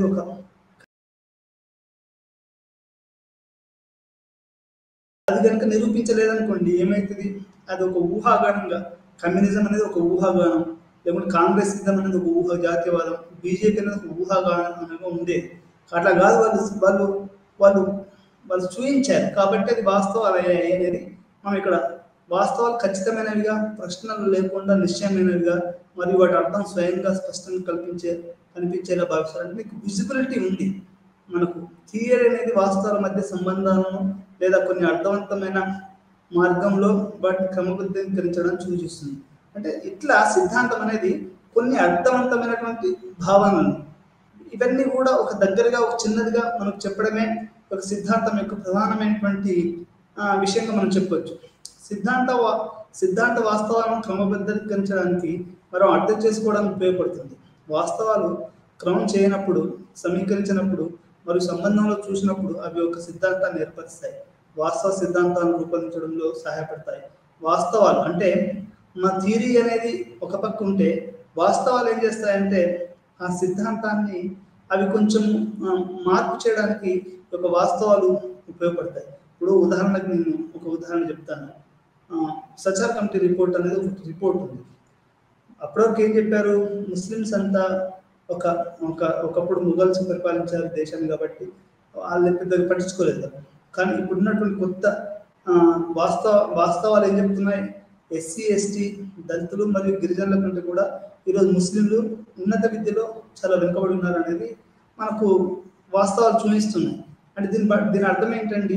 దీని అర్థం ఏంటి అంటే వాస్తవాలు అనేటివి సిద్ధాంతాలని మారుస్తాయి. ఇప్పుడు వాడు ఎవడండి? వాడు ఎప్పుడో అక్బరు ఔరంగజేబు పరిపాలించినంత మాత్రాన ఈరోజు ప్రతి ముస్లిం ఒక అక్బరు ఒక ఔరంగజేబు కాదు కదా. అట్లా ఒక నిజాం పరిపాలించినంత మాత్రాన పేదవాళ్ళు ఎంతమంది లేరు. మీరు రోడ్డు మీద చూస్తే చాలా మంది బిచ్చగాళ్ళు, వాళ్ళు జావేద్ ఆలం చేశాడు ఒక రీసెర్చ్, హైదరాబాద్లో ఎట్లా బిచ్చగాళ్ళు ఉన్నారు, ఎంతమంది దాంట్లో ముస్లిమ్స్ పేద పిల్లలు ఉన్నారు. నేను నమాజ్కి వెళ్తే ఇప్పుడు అక్కడ ఎప్పటికి బయట ఆడవాళ్ళు బిచ్చం ఎత్తుకుంటూ ఉంటారు, టెంపుల్కి వెళ్ళినా కానీ అక్కడ ఉంటారు. అంటే ప్రతి కులంలో ప్రతి మతంలో మరి ఇవన్నీ ఉన్నాయి. అంటే ఇవన్నీ మనం వాస్తవాలు అనేటివి సిద్ధాంతాన్ని అవి కొంచెం మారుస్తాయని మనం ఇక్కడ అర్థం చేసుకోవాలి. సిద్ధాంతాలలో చాలా ప్రధానమైనటువంటి 4 లక్షణాలు ఉంటాయండి. ఒకటి భావనలు ఉంటాయి, రెండోది వేరియబుల్స్ ఉంటాయి, మూడోది స్టేట్మెంట్లు ఉంటాయి, నాలుగోది ఫార్మాట్లు ఉంటాయి. భావనలు అంటే ఇప్పుడు కార్ల్ మార్క్స్ కనుక తీసుకుంటే ఏలియనేషన్ ఒక భావన, సర్ప్లస్ వాల్యూ ఒక భావన, ఆ తర్వాత ఎక్స్‌ప్లాయిటేషన్ ఒక భావన, ఆ తర్వాత అంటే ఇట్లా భావనలు ఉంటాయి. అదేవిధంగా వేరియబుల్స్ అంటే దాంట్లో కార్మికులు ఉంటారు, అతను పెట్టుబడిదారు, అది వేరియబుల్స్. స్టేట్మెంట్ అంటే all the workers of the world is unite అన్నాడు ఆయన. అంటే అదొక స్టేట్మెంట్. అదొక స్టేట్మెంట్. ఇప్పుడు సిద్ధాంతంలో భావనలు ఉంటాయి, వేరియబుల్స్ ఉంటాయి, స్టేట్మెంట్లు ఉంటాయి, ఫార్మాట్లు ఉంటాయి. సిద్ధాంతాన్ని రూపొందించి దాని గురించి విభిన్న వాదనలు ఉన్నప్పటికీ 4 అంశాలు వాటిన్నిటికీ సాధారణం. భావనలు, సిద్ధాంతాలు భావన నుంచి నిర్మించబడతాయి. భావనలు దృగ్విషయాలను సూచిస్తాయి. ఈ సందర్భంగా ముఖ్యమైనగా పరిగణించబడే ప్రపంచం యొక్క లక్షణాలు వేరు చేయడంలో భావనలు సహాయపడతాయి. భావనలు నిర్ణయాత్మక రూప నిర్వచనలు భావన ద్వారా సూచించబడే దృగ్విషయాన్ని దృశ్యమానం చేయడానికి నిర్వచనాలు మనకు అనుమతిస్తాయి. ఇది పరిశోధకుడికి అదే విషయాన్ని చూడడానికి మరియు అధ్యయనం చేయడానికి ఏమిటో అర్థం చేసుకోవడానికి అనుమతిస్తుంది. అంటే ఒక థియరీ అంటే ఒకటి భావనలు ఉంటాయి, రెండోది స్టేట్మెంట్లు ఉంటాయి, మూడోది స్టేట్మెంట్లు ఉంటాయి, వేరియబుల్స్ ఉంటాయి, నాలుగోది ఫార్మాట్. ఈ 4 రకాలైనటువంటి ఏదైతే అంశం ఉందో దాన్ని మనం థియరీ అని చెప్పొచ్చు. మీరు మార్క్సిజం తీసుకోండి, ఫెమినిజం తీసుకోండి, లేకపోతే ఇప్పుడు ఫెమినిస్ట్ వాళ్ళు అంటారు patriarchy is the root cause of all evils అని చెప్తారు. అంటే అదొక స్టేట్మెంట్. అది దాన్ని అట్లా అర్థం చేసుకోవాలి మనం. ఇట్లా అంటే అదొక థియరీ, అది ఫెమినిస్ట్ థియరీ. అది అంటే ఆ సిద్ధాంతంలో అదొక స్టేట్మెంట్ ఉంది, అక్కడ కొన్ని భావనలు ఉంటాయి, ఇవన్నీ కూడా మనకు ఫార్మాట్లు ఉంటాయి, స్టేట్మెంట్లు ఉంటాయి, వేరియబుల్స్ ఉంటాయి. ఇట్లా మనం అర్థం చేసుకోవాలి. ఇది మనకు థియరీ అని చెప్పాలి. వేరియబుల్స్ శాస్త్రీయ సిద్ధాంతం యొక్క భావన ప్రపంచంలోని వేరియబుల్ లక్షణాలను సూచించాలి. సంఘటనను అర్థం చేసుకోవడానికి ఒక దృగ్విషయంలో వైవిధ్యం మరియు దానితో వైవిధ్యం ఎలా సంబంధం కలిగి ఉంటుందో మన అవసరం. భౌతిక శాస్త్రాలలో వేరియబుల్స్ అనేవి భౌతికంగా మార్చబడిన వస్తువు యొక్క లక్షణాలు. సాంఘిక శాస్త్రాల్లో అది ప్రతి విషయానికి స్థిరంగా ఉండే లక్షణాలను సూచిస్తుంది. అయితే నమూనాలు మరియు ఇతర సమూహాల్లో వివిధ స్థాయిలో మొత్తం లేదా బలం ఉన్నట్లు గమనించవచ్చు. స్టేట్మెంట్లు మరియు ఫార్మాట్ సిద్ధాంతం యొక్క భావన అంటే స్టేట్మెంట్ ఇట్లా ఉంటాయి, ఒకదానితో ఒకటి అనుబంధించబడి ఉండాలి మరియు భావనల మధ్య కనెక్షన్ సైద్ధాంతిక ప్రకటన చేస్తుంది. ఈ స్టేట్మెంట్లు కాన్సెప్ట్ ద్వారా ప్రాతినిధ్యం వహించే ఈవెంట్లు పరస్పర సంబంధం కలిగి ఉండే విధానాన్ని పేర్కొంటారు. మరి అదే సమయంలో ఈవెంట్లు ఒకదానితో ఒకటి మరియు ఎందుకు అనుబంధించాలి వివరణ అందిస్తాను. ఈ సైద్ధాంతిక ప్రకటనలు సమూహపరిచినప్పుడు అవి సైద్ధాంతిక ఆకృతిని ఏర్పరుస్తాయి. స్టేట్మెంట్లు అనేటివి ఒక ఫార్మాట్లోకి అవి మారిపోతాయి. సిద్ధాంతం మరియు భావజాలం. ఇప్పుడు చాలామంది మార్క్సిస్ట్ ఐడియాలజీ, ఆర్ఎస్ఎస్ ఐడియాలజీ, లేకపోతే స్త్రీవాద ఐడియాలజీ, భావజాలమా అంటే ఏంటి అంటే భావజాలం అనేది సెమీ థియరీ అని చెప్పొచ్చు, సెమీ సిద్ధాంతం అని చెప్పొచ్చు. సిద్ధాంతానికి భావజాలానికి తేడా ఉంది. సిద్ధాంతం అంటేనే ఒక కంప్లీట్ పిక్చర్. ఐడియాలజీ అంటే అది అట్లా నమ్ముతారు, దాన్ని నమ్మే వాళ్ళను ఐడియాలజిస్టులు అని చెప్తారు, ఐడియాలజీస్ అని చెప్తారు. కమ్యూనిస్ట్ ఐడియాలజీ అంటారు, కాంగ్రెస్ ఐడియాలజీ అంటారు, ఆ తర్వాత బీజేపీ ఐడియాలజీ అంటారు, ఆ తర్వాత ఇది Jayashankar is ideology of Telangana అంటారు. అంటే ఆ భావజాలాన్ని ఆయన నడిపాడు అని చెప్పాడు. అంటే అది ఇట్లా సిద్ధాంతం మరియు భావజాలం అనేది చాలా దగ్గర సంబంధం ఉంది. సిద్ధాంతం మరియు భావజాలం మధ్య గందరగోళం ఏర్పడుతుంది. ఎందుకంటే రెండు ప్రపంచంలోని ఒకే విధమైన సంఘటనలు వివరిస్తాయి మరియు అవి ప్రదేశాల్లో అతివ్యాప్తి చెందుతాయి. వైజ్ఞానిక జ్ఞానాన్ని స్పష్టం చేయడానికి మరియు నిర్మించడానికి సిద్ధాంతం చాలా అవసరమని అర్థం చేసుకోవచ్చు. అయితే భావజాలం విజ్ఞాన శాస్త్రానికి ప్రతికూలంగా కనిపిస్తుంది. అయితే రెండింటికి కూడా సారూప్యతలున్నాయి. సిద్ధాంతం మరియు భావజాలం రెండు సాంఘిక ప్రపంచం యొక్క స్వభావం గురించిన ఊహలను కలిగి ఉంటాయి. ఇవి రెండు దాంట్లో ముఖ్యమైనవి లేదా వాటితో దృష్టి పెడతాయి. ఆలోచనలు లేదా భావనల వ్యవస్థను కలిగి ఉంటాయి మరియు భావనల మధ్య సంబంధాలను నిర్దేశిస్తాయి. ఈ రకంగా సిద్ధాంతం భావజాలం అనేవి రెండు కూడా కొంచెం గందరగోళంగా ఉన్నప్పటికీ నాకు భావజాలం అనే సిద్ధాంతంలో భాగము ఒక సెమీ థియరీ అని మనం చెప్పుకోవచ్చు. న్యూమెన్ అనే అతను చెప్పాడు. సిద్ధాంతీకరించే మార్గం ఎట్లా సిద్ధాంతీకరిస్తారు, ఒక సిద్ధాంతం ఎట్లా పుట్టుకొస్తుంది అనేది కూడా మనం చర్చించవలసినటువంటి అవసరం ఉంది. సిద్ధాంతీకరించడం రెండు రకాలుగా జరుగుతుంది. ఒకటేమో తగ్గింపు మరియు ప్రేరకంగా జరుగుతుంది. సిద్ధాంతాన్ని పరిశీలించవచ్చు, రెండు దిశల నుంచి నిర్మించవచ్చు. మొదట నైరూప్య ఆలోచనలు మరియు అనుభవ సాక్ష్యాల తార్కిక పద్ధతిలో అనుసారించడం. ఇది సైద్ధాంతిక ప్రతిపాదన నుండి కాంక్రీట్ సాక్ష్యాధారం వెళ్తుంది కాబట్టి దీన్ని జలపాత విధానం అని కూడా పిలుస్తారు. అనుభవిక సాక్ష్యాధారాల ఆధారంగా రెండవది ఇది సాధారణీకరించబడుతుంది మరియు నైరూప్య ఆలోచనలను రూపొందించడానికి ఉపయోగపడుతుంది. ఈ విధంగా కాంక్రీట్ నుండి విముక్తి దిశలో కదులుతుంది కాబట్టి దీన్ని కొండ ఎక్కే విధానం అని కూడా అంటారు. అంటే యూనివర్సల్ టు లోకల్, అంటే ఎమిక్ అండ్ ఎటిక్. దాన్ని ఇంగ్లీష్లో ఏమంటారంటే ఎమిక్ అప్రోచ్ అండ్ ఎటిక్ అప్రోచ్. అంటే ఇప్పుడు ఆఫ్రికాలో ఏదో జరిగింది అనుకోండి, అది ఇక్కడ కూడా జరుగుతుంది అని మనం సిద్ధాంతంగా జరుగుతుంది అని చెప్తే అది ఎమిక్ అప్రోచ్. ఎటిక్ అప్రోచ్ అంటే ఇక్కడ జరిగింది పక్కన కూడా జరుగుతుంది. ఇప్పుడు ఒక ఊర్లో ఒక వ్యక్తి సెల్ ఫోన్ వాడుతున్నాడు, లేకపోతే అక్కడ చేసిన అనుకోండి, అది ఊర్లో కూడా పాకుతుంది అనేది మనం అర్థం చేసుకుంటాన్ని అది ఎటిక్ అప్రోచ్ అని కూడా చెప్పచ్చు. ఎమిక్ అప్రోచ్, ఎటిక్ అప్రోచ్. కొండ ఎక్కే విధానం, జలపాత విధానం. జలపాతం అంటే పైనుంచి ఇట్లా కిందికి వస్తుంది కదా జలపాతం, అంటే యూనివర్సల్ అప్రోచ్ అని. ఎక్కడో జరిగితే అట్లా మనకు కూడా ఇట్లా జరుగుతుంది. అమెరికాలో ఏదైనా మార్పు వచ్చింది అనుకోండి, భారతదేశంలో అట్లాంటి మార్పు వస్తుంది అనుకుని భావించడం అది జలపాత విధానం. కొండ ఎక్కే విధానం ఏంటి అంటే మనం ఇక్కడ ఏదైనా జరిగింది అనుకోండి, ఇది బయటికి కూడా పోయిద్ది అని చెప్పేదాన్ని కొండ ఎక్కే విధానం అని కూడా చెప్తారు. థియరీ దృష్టి. పరిశోధకులు వాస్తవిక మరియు అధికార సిద్ధాంతాలను నిర్మిస్తారు, విశదీకరిస్తారు మరియు పరీక్షిస్తారు మరియు ధృవీకరిస్తారు. పరిశోధకులు ఏం చేస్తారు, ప్రతి సిద్ధాంతం కూడా ఇది కరెక్టా కాదా దాన్ని చూసి వెరిఫై చేసి దాన్ని పరిశీలించి పరీక్షించి ధృవీకరిస్తారు. వాస్తవిక సిద్ధాంతం సామాజిక వాస్తవికతలో నిర్దిష్ట కంటే టాపిక్ ప్రాంతం మీద దృష్టి పెడుతుంది. ఉదాహరణకి ఇది కుటుంబ సంబంధాలు, అపరాధ ప్రవర్తన లేదా జాతి సంబంధాల గురించి కావచ్చు. ఇప్పుడు రేషియల్ ఫీలింగ్స్ ఉన్నాయా లేవా. ఇప్పుడు మా ఫ్రెండ్ ఒక అతను పొలిటికల్ సైన్స్లో పిహెచ్డి చేసిన ఒక అతను ఏమంటాడు అంటే ఐఐటీస్లలో కూడా దళిత డిస్క్రిమినేషన్ ఉంది అని ఆయనకు ఒక హైపోథిసిస్ ఉంది అని దాన్ని రాశాడు. రాస్తే వాళ్ళు ఒక ఆర్టికల్ రాస్తే ఈపీడబ్ల్యూ వాళ్ళు నాకు తెలిసి ఎవరు వాళ్ళు ఏం చేశారు అంటే ఇది నిజమా కాదా ఒకసారి వెరిఫై చేస్తుంది, మళ్ళీ ఒకసారి వాళ్ళు చేయమన్నారు. అంటే జాతి వివక్షత, కుల వివక్షత, మత వివక్షత, జెండర్ వివక్షత ఇవన్నీ కూడా ఉన్నాయా లేవా అని చూసుకోవాల్సినటువంటి అవసరము, అదే సిద్ధాంతాలు మనం చూడాలి. అవన్నీ అవి వాస్తవాలా కాదా ఇవన్నీ కూడా మనం చూడవలసి ఉంటుంది. ఉదాహరణకి ఒక అధికారిక సిద్ధాంతం అనేది సామాజిక గుర్తింపును ఏర్పరచడం, సంఘర్షణలో పాల్గొనడం లేదా శక్తిని వినియోగించడం లేదా ఫోకస్ను కలుపుతాయి. సిద్ధాంతీకరణ పరిధి అంటే దానికి పరిధి ఎట్లా ఉంటుంది, డిడక్టివ్ అండ్ ఇండక్టివ్ అని చెప్పొచ్చు. పరిధిని బట్టి మారుతూ ఉంటుంది. అనుభవిక సాధారణీకరణ, మధ్యశ్రేణి సిద్ధాంతం, సైద్ధాంతిక ఫ్రేమ్వర్క్లు, వ్యవస్థల సహాయంతో సిద్ధాంతీకరించబడే పరిధిని అర్థం చేసుకోవచ్చు. అనుభవిక సాధారణీకరణ అనేది ఒక సంకుచిత ప్రకటన. ఇది ఎక్కువగా కాంక్రీట్ భావనలపై ఆధారం ఉంటుంది. అంటే మనకు వ్యక్తిగతంగా వచ్చింది, ప్రతి వాళ్ళకి జరుగుతుంది. ఇప్పుడు నేను ఏదో ఇబ్బంది పడుతున్నాను, అది ప్రతి వాళ్ళకి ఇబ్బంది పడుతున్నాను కూడా తప్పు కదా. మనం మొత్తం యూనివర్సలైజ్ చేయడం తప్పు కదా. అది ఇక్కడ మనకు సిద్ధాంతీకరణ పరిధి అనేది తెలుస్తుంది.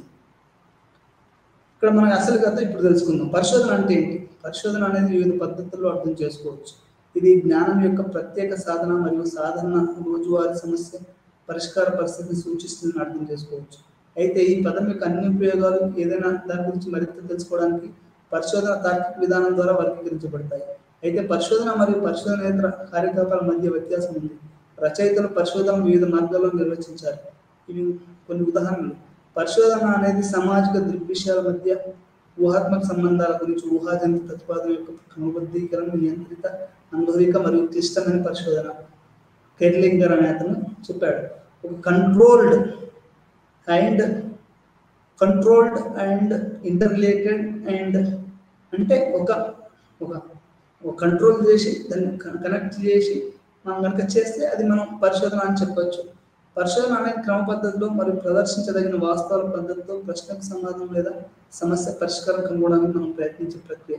పరిశోధన అంటే ఒక కంట్రోల్. ఇప్పుడు ఉదాహరణకి ఇంతకుముందు కూడా చెప్పాను, కోవిడ్ టైంలో ఒక డ్రగ్ను కనుక్కోవడానికి ఎంతోమంది ఎన్నో రకాలైనటువంటి కంట్రోల్డ్ ఒకదాని వేరియబుల్ని, అది ఏదైతే కోవిడ్ దేనివల్ల వస్తుందని దాన్ని మనం కనిపెట్టి దాన్ని కంట్రోల్ చేసి దేనివల్ల చచ్చిపోతుందని కనుక చూస్తే అది పరిశోధన అనేది మనకు అర్థమవుతుంది. పరిశోధన రకాలు. మూల్యాంకన పరిశోధన అంటే ఎవల్యూషన్. అంటే ఇప్పుడు మన పేపర్లు ఉంటాయండి, పేపర్లు ఏ పిల్లోడు ఎట్లా రాశాడు అనేది ఎట్లా తెలుస్తుంది, మనం టీచర్ చేస్తాడు. అది ఒక రకమైన అట్లే ప్రతిదీ ఒక స్కీమ్ పెట్టింది అనుకోండి. ప్రభుత్వం రైతు బంధు పెట్టింది. రైతు బంధు పెడితే అది ఎంతవరకు సక్సెస్ అయింది అనేది మనకు ఒక ప్రోగ్రామ్ కనుక తీసుకొని మనం క్వశ్చన్ చేస్తే అది మనకు మూల్యాంకన పరిశోధన అయింది. దాన్ని మనం అనువర్తిత పరిశోధన, ఇది అత్యంత విస్తృతంగా ఉపయోగపడుతుంది. ఇది బ్యూరోక్రటిక్ సంస్థల్లో విస్తృతంగా ఉపయోగించబడుతుంది. ఒక ప్రోగ్రామ్, మార్కెటింగ్, ప్రచారం వంటి ఏదైనా కొత్త మార్గం, ఒక విధానం మరియు మొదలైన ప్రభావవంతమైన ముందు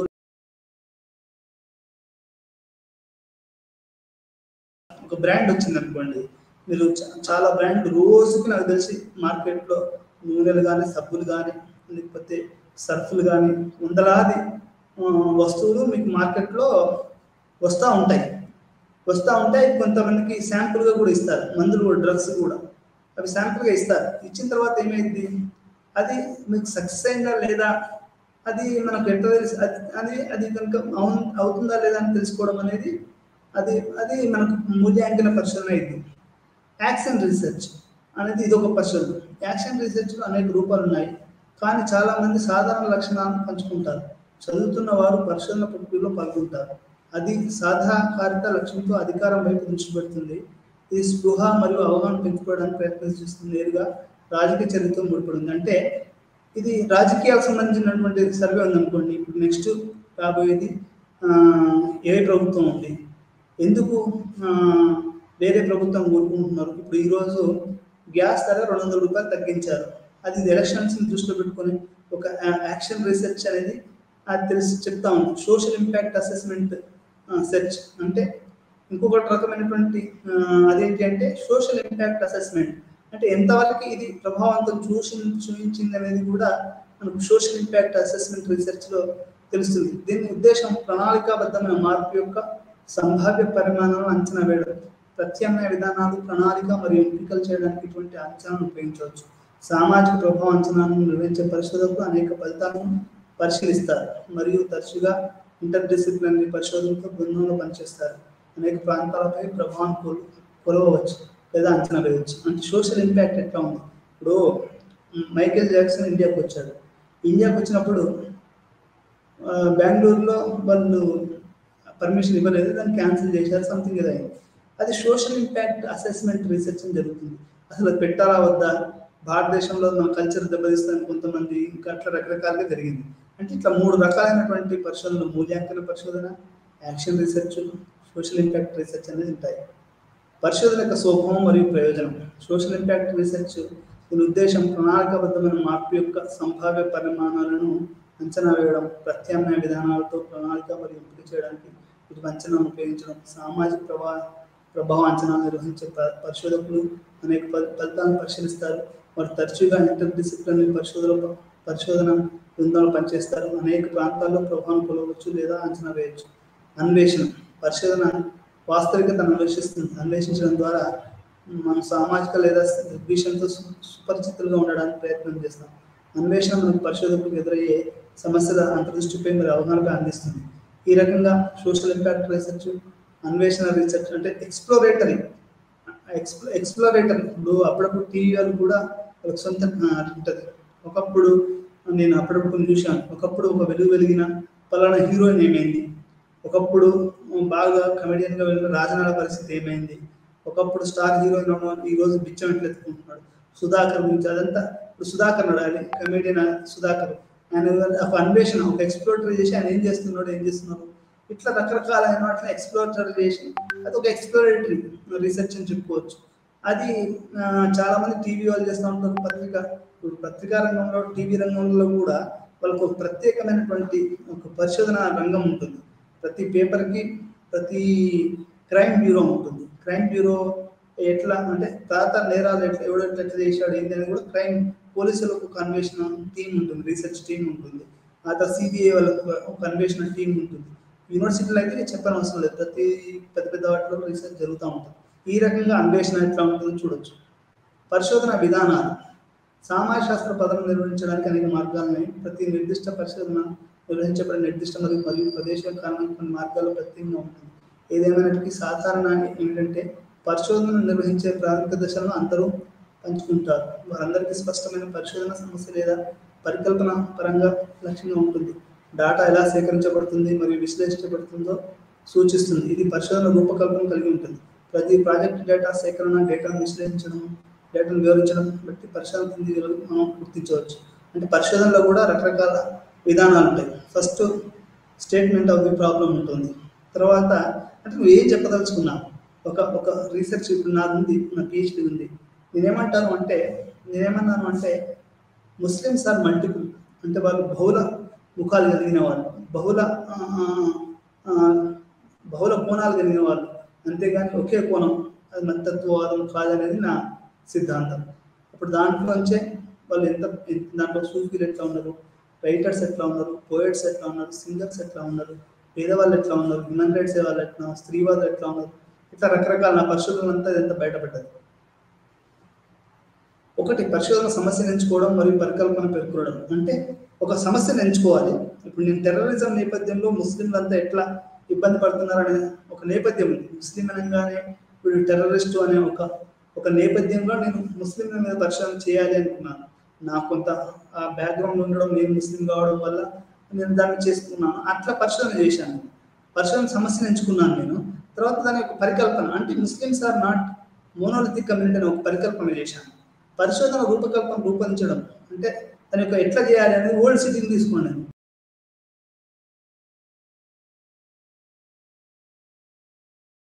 తోటి ఆ తర్వాత చాలా మందితోటి, సామాజికవేత్తలతోటి, రాజకీయ నాయకులతోటి అందరితో మాట్లాడాను. డేటాను కోడ్ చేశాను. చేసిన తర్వాత పరికల్పన పరీక్షించగలిగేలా ఫలితాన్ని వివరించడం. ఇది నేను అనుకున్నటువంటి పరికల్పన కరెక్టా కాదా అంటే అది నిజమే అని నాకు తెలిసింది. అంటే ఈ రకాలుగా 5 రకాలైనటువంటి భాగాలు ఉంటాయి. ఒకటి సమస్యను ఎంచుకోవడము, రెండోది పరికల్పన చేయడము, పరికల్పన చేసిన దానికి పరిశోధన రూపకల్పన అంటే ఎట్లా చేసుకోవాలి, చాప్టరైజేషన్ చేసుకోవాలి, డాటా ఎంచుకోవాలి, తర్వాత డాటాను కోడింగ్ చేయగలగాలి, చేసేసి మళ్ళీ విశ్లేషించగలగాలి, ఆ తర్వాత పరికల్పన కరెక్టా కాదా అని చూసుకోవాలి. ఇట్లా ఇవన్నీ చేస్తేనే అది రీసెర్చ్ అయితే అప్పుడే నీకు డాక్టరేట్ కానీ ఎంఫిల్ కానీ ఇవ్వడం జరుగుతుంది. ఇది ప్రతి దానికి కూడా ఇది కామన్ అండి. ఏ రీసెర్చ్ అయినా కానీ ఈ 5 విషయాలు పరిశోధన, పరికల్పన, దాని యొక్క design, data coding, then analysis, then whether that hypothesis become true or not అనేది ఫైనల్. సిద్ధాంతం మరియు మధ్య సంబంధ పరిశోధనపై సిద్ధాంతం యొక్క బేరింగ్ అంటే సామాజిక సిద్ధాంతం అనేది ఇప్పుడు ఇక్కడ ఏంటి అంటే సిద్ధాంతం ఎట్లా పరిశోధనపై చూపిస్తుంది అనేది ఒకటి. రెండోది పరిశోధన అనేది సిద్ధాంతంపై ఎట్లా చూపిస్తుంది అనేది కూడా మనం అర్థం చేసుకోవాలి. పద్ధతి, సాధారణ సామాజిక ధోరణులు, సామాజిక శాస్త్ర భావనలు, విశ్లేషణ, పోస్ట్ సామాజిక విస్తరణలు, సామాజిక శాస్త్రం అనుభవిక సాధారణీకరణలు, సామాజిక సిద్ధాంతం. ఇప్పుడు మనకు జనరల్ థియరైజేషన్స్ అని అంటారండి. ఇప్పుడు మిడిల్ రేంజ్ థియరీస్ ఉంది, లేకుంటే మార్టన్ ఉన్నాడు, లేకపోతే ఒక ఉదాహరణ చెప్తాను. క్యాథలిక్స్లలో కోహెజన్ ఎక్కువ ఉండడం వల్ల సూసైడ్స్ తక్కువ ఎక్కువ ఉందనే ఒక జనరలైజేషన్ ఉంది అనుకోండి. అది నిజమా కాదా అనేది మనం పరిశోధన చేస్తే కానీ మనకు అర్థం కాదు. ఆ సిద్ధాంతం అది మరి అది పరిశోధన చేస్తే కానీ ఆ సిద్ధాంతం తప్ప కరెక్టా అనేది మనకు అర్థం కాదు. అంటే మనం చేసే పరిశోధన అనేది సిద్ధాంతం మీద ప్రభావం చూపిస్తుందని చెప్పడం. ఇక్కడ సామాజిక సిద్ధాంతం పైన పేర్కొన్న విధంగా 2 రకాల సామాజిక సాధారణీకరణ, శాస్త్రీయ చట్టాలు మరియు ఒక సిద్ధాంతం ఉత్పన్నమైన వారి మార్పులేని ప్రకటన. ప్రొటెస్టెంట్ అండ్ క్యాథలిక్ సామాజిక ఐక్యత ఎక్కువ. నేను ఎంతమంది చెప్పాను కదా, ప్రొటెస్టెంట్ కంటే క్యాథలిక్ సామాజిక ఐక్యత ఎక్కువ. సమాజశాస్త్రంలో ఇటువంటి చట్టాలు లేకపోవడం సిద్ధాంతం మరియు అనుభవిక పరిశోధన యొక్క ప్రస్తుత విజ్ఞాన సంకేతం.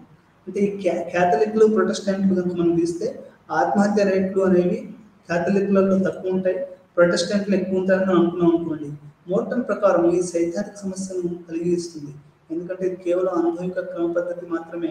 ఇది ఇతర మత ప్రతిపాదనల నుండి సంపూర్ణంగా ఉద్భవించగలిగే సిద్ధాంతానికి ముఖ్యమైనదిగా మారుతుంది. మేము ఇలా పునశ్చరణ చేస్తాము. అనుభవిక పరిశోధన యొక్క బేరింగ్ సామాజిక సిద్ధాంతం అంటే వాస్తవ జీవితంగా చేసిన పరిశోధన కూడా సిద్ధాంతాల మీద చూస్తుంది. ఇప్పుడు ఉదాహరణకి ఇప్పుడు 20వ శతాబ్దంలో ఏమైంది అంటే మీకు ఎగ్జిస్టెన్షియలిజం అనే ఒక మీరు సిద్ధాంతం తెలుసుకుని ఉంటారు. అదేం చెప్తుంది అంటే ఒక మనిషి జీవితం అనేది తాను బతకడానికి వాడు ఎటువంటి రూపాన్ని తీసుకొచ్చి ఎటువంటి ఏషాలను చేయొచ్చు, ఏదైనా జరగవచ్చు అనేది మనకు చెప్తున్నటువంటి విషయం. అంటే అదొక సిద్ధాంతం. అనుభవ పరిశోధన అది అనుభవం నుంచి వస్తుంది. ఇప్పుడు మీరు చివరికి మిగిలేది తిమిరంతో సగరం బుచ్చిబాబు నవలన్నీ కూడా అది ఎగ్జిస్టెన్షియలిస్ట్ నవల. అంటే అది తెలుగులో ఎగ్జిస్టెన్షియలిజాన్ని మనము అస్తిత్వవాద నవలగా చెప్పుకోవచ్చు. అది నిజ జీవితం నుంచి మనకు థియరీ వస్తుంది. అంటే నిజ జీవితము అనుభవిక నుంచి సిద్ధాంతాలన్నింటినీ కూడా మారుతుంటాయి అనేది మనకు జీన్ పాల్ సార్త్రేకి నోబెల్ ప్రైజ్ ఇచ్చారు ఆ విషయంలో. అంటే ఎట్లా ఎగ్జిస్టెన్షియలిస్ట్ ఒక అమ్మాయి కానీ ఒక అబ్బాయి కానీ ఎవడు కూడా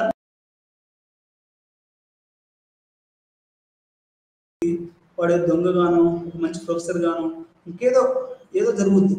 ఇట్లా అంటే ఈ యొక్క మలుపులు అంటారే, ఈ యొక్క మలుపులు అనేటివి రకరకాలుగా జరుగుతూ ఉంటాయి అనేది మనకి ఇక్కడ అర్థం చేసుకోవాలి. ఈ రకంగా అంటే ప్రతి పరిశోధనలో ఈ యొక్క అనుభవిక పరిశోధన అనేది అంటే వ్యక్తిగతంగా చేసినటువంటి పరిశోధన అనేది సామాజిక సిద్ధాంతాల పరంగా కూడా దానిపైన ప్రభావం ఉంటుంది. ఆ జనరల్ థియరైజేషన్స్, సోషలాజికల్ థియరైజేషన్స్ ఒక్కోసారి అది కాకపోవచ్చు. ఇప్పుడు కొంతమంది వాళ్ళు పేదవాళ్ళు ఉన్నా, మధ్యతరగతి ఉన్నా లేకున్నా వాళ్ళు దైవికంగానే ఉండాలనుకుంటారు. కొంతమంది పేదవాళ్ళు ఉన్నా, మధ్యతరగతి ఉన్నవాళ్ళు కూడా వాళ్ళు అసలు దైవాన్ని పట్టించుకోరు. కొంతమంది ఇంకొక రకంగా ఉంటారు.